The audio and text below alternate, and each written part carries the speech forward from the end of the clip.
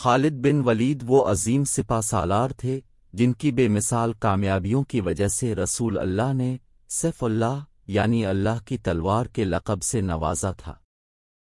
فرزند اسلام خالد بن ولید عرف سیف اللہ کے کارنامے۔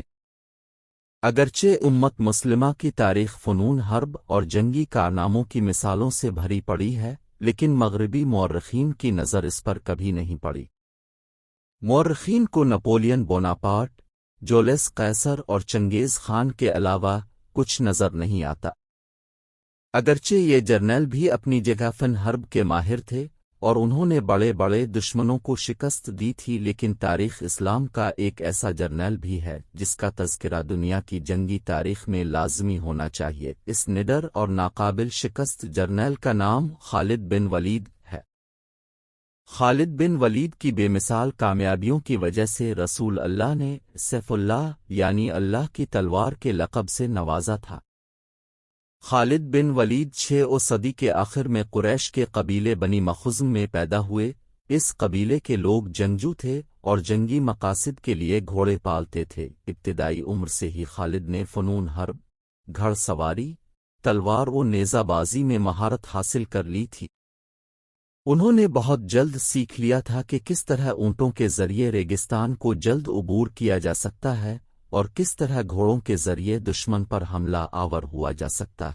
خالد بن ولید کے والد نے اپنے بیٹے کو حربی فنون میں ماہر بنانے کے لیے اس قدر محنت کے نہ صرف ان کو تلوار اور نیزہ بازی سکھائی بلکہ انہیں زہر جیسے مہلک خطرے سے نمٹنے کے لیے بھی تیار کیا تاکہ وہ دشمن کی کسی بھی چال کا نشانہ نہ بن سکیں۔ 12 صدی کے ایک مورخ ابن اسکر نے لکھا ہے کہ خالد بن ولید نے ایک مرتبہ ایک جنگ کے دوران دشمن کو زیر کرنے کے لیے ان کے سامنے زہر پی لیا تھا تاکہ دشمن لڑنے سے پہلے ہی ان کی ڈال ہشت کے ہاتھوں شکست کھا جائے، لیکن اللہ کے حکم سے خالد بن ولید کو کچھ بھی نہ ہوا۔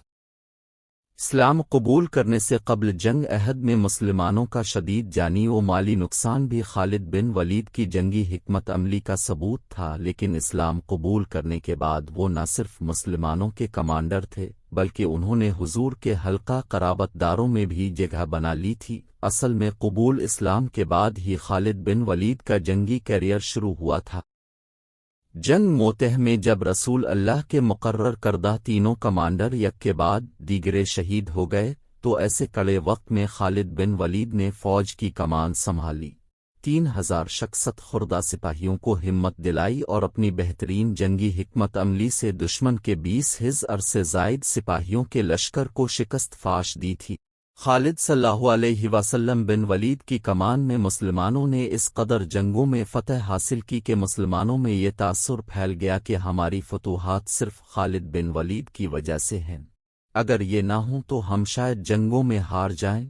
اس تاثر کو زائل کرنے کے لیے حضرت عمر رضی اللہ عنہ نے کچھ عرصے کے لیے خالد بن ولید کو کمانڈر کے عہدے سے معزول کر دیا تھا۔